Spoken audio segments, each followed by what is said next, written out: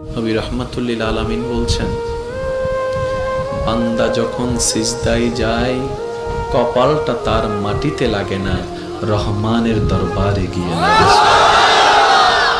আফসোস আমাদের জন্য সেই সিজদাকে না বুঝার কারণে। আপনাদের মসজিদেও হয়তো অনেকবার আপনারা লক্ষ্য করেছেন, রুকুতে না হয় সিজদাতে না হয় বৈঠকে ইমাম যদি কোনো রকম একটু দেরি করে, 5-10 সেকেন্ড যদি একটু সালাম ফিরাতে দেরি করে কিংবা উঠতে দেরি করে, পিছন থেকে একটা কাশি নামক মিসকল চলে আসে। চলে আসে, ও ভাই তুই কাশলি কেন, তোর কি জক্কা হয়েছে? বলে যে না, ঠান্ডা লেগেছে। না তো কাশলি কেন?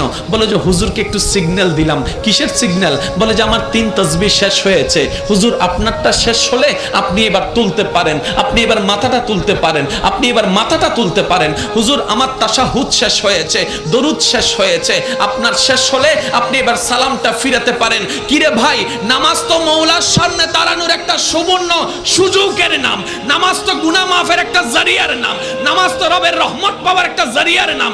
এখানে এসে তুই তাড়াতাড়ি করছিস কেন? বলে যে আফসোস, আমি নামাজটা জেনেছি, বুঝার মতো বুঝতে পারি।